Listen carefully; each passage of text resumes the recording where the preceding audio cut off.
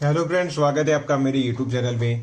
तो चलिए, ये जो इमेज है, अगर मैं इस पर क्लिक करता हूँ तो क्या होता है। जैसे ही मैंने उस पर क्लिक किया तो ये सिंगल जो प्रोडक्ट डिटेल का जो पेज था वो यहाँ पर ओपन हो गया। चलिए, अब मैं ये जो शर्ट है उसको निकाल के एंटर करता हूँ तो क्या आता है। तो यहाँ पर मुझे एक एरर मिल गई। यहाँ पर डज नॉट एग्जिस्ट ये पेज, ये प्रोडक्ट मैचिंग क्वेरी ये मैच नहीं हो रही है। तो ये क्यों मैच नहीं हो रही? क्योंकि यहाँ पर slug is equal to slug है। क्योंकि यहाँ पर स्लग नहीं आ रहा तो ये मैच नहीं हो रही है क्वेरी। तो इस तरीके से हमें ये एरर पेज नहीं मिलना चाहिए। अगर कोई इस तरीके से सिचुएशन आए तो वो तुरंत हमें ले जाए 404 पेज पर। तो चलिए, 404 पेज को हमें क्रिएट करना पड़ेगा। तो चलिए, ये जो हमारा टेम्पलेट है उसमें हमें 404 का पेज दिया हुआ होगा। तो ये रहा 404 एरर। तो चलिए, इसी पेज का हम यूज़ करेंगे। तो चलिए, इसके लिए हम एक टेम्पलेट क्रिएट करेंगे। तो ये रहा हमारा टेम्पलेट फोल्डर, और ये टेम्पलेट फोल्डर में एक और फोल्डर क्रिएट करेंगे जिसका नाम रखेंगे 404। हम ऐसा करते हैं एरर्स।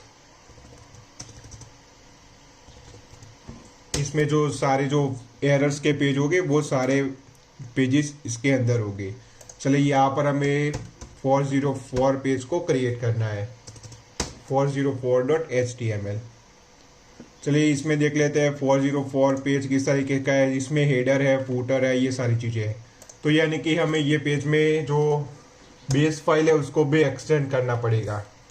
तो यहाँ पर परसेंट है EXTENDS एक्सटेंड्स।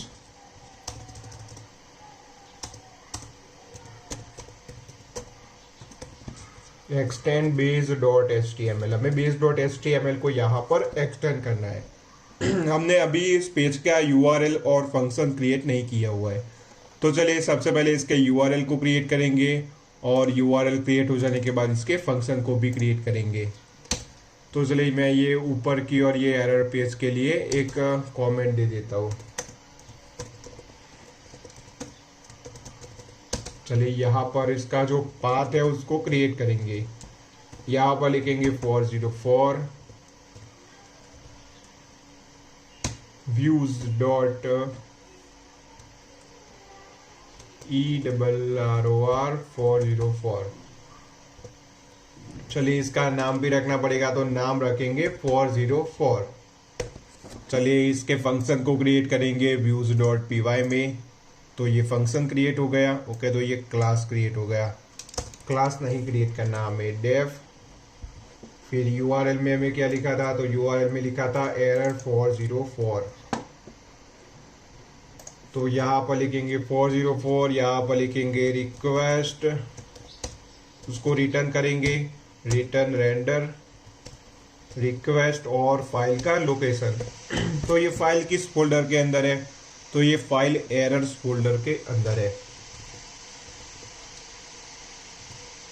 एरर्स के अंदर कौन सी फाइल है? तो एरर्स के अंदर है 404.html, 4.html। चलिए, अब ये जो यूआरएल है उसको एक बार चेक कर देते हैं कि ये वर्क कर रहा है या नहीं। तो ये प्रोडक्ट को मिटा के यहाँ पर लिखेंगे 404। तो ये पेज हमें मिल रहा है। ये पेज में अभी तो हमने कोई कंटेंट, कोई भी कोड हमने डाला नहीं हुआ है। यहाँ पर सिर्फ जो बेस फाइल थी वो यहाँ पर एक्सटेंड हो रही है। तो ये रही बेस फाइल। चलिए, यहाँ पर हमें लिखना पड़ेगा ब्लॉक कंटेंट,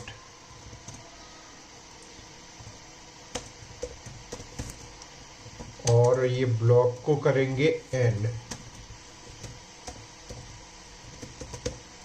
तो ये जो ब्लॉक है वो यहाँ पर एंड हो गया। अब इसके बीच में हमें ये सारे कोड को डालना है। तो चलिए, ये जो 404 वाला पेज है उसको, उसके कोड को हम नोटपैड प्लस या नोटपैड में ओपन करेंगे।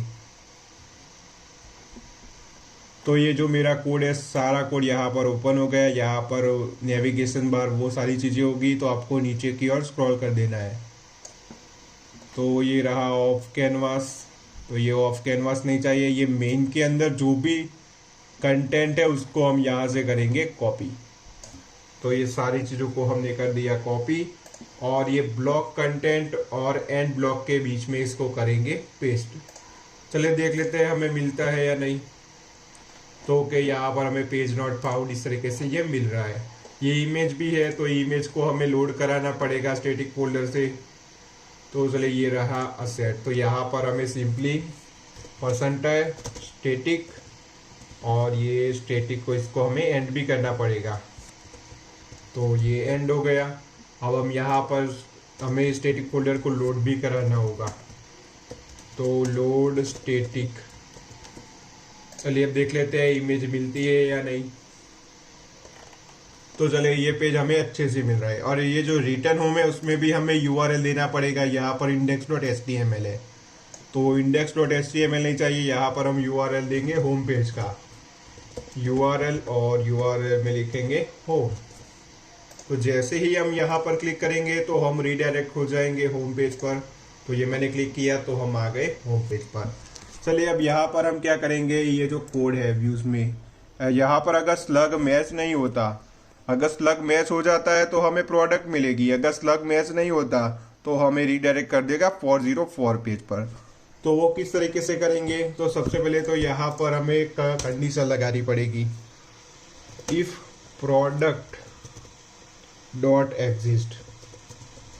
अगर प्रोडक्ट एग्जिस्ट करता है तब, तो अगर प्रोडक्ट एग्जिस्ट करता है तो हमें ये मिलना चाहिए।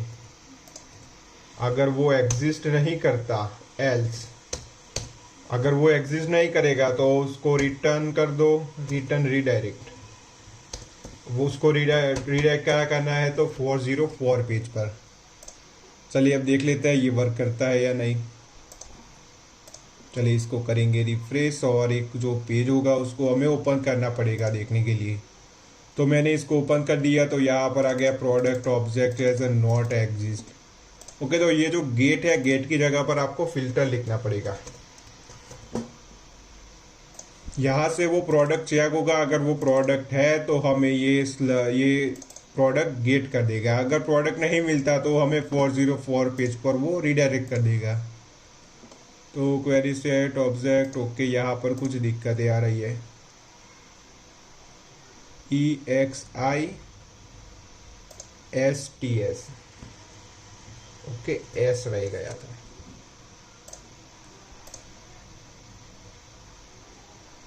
ओके, तो अब हमारे जो पेज है वो अच्छे से वर्क कर रहा है।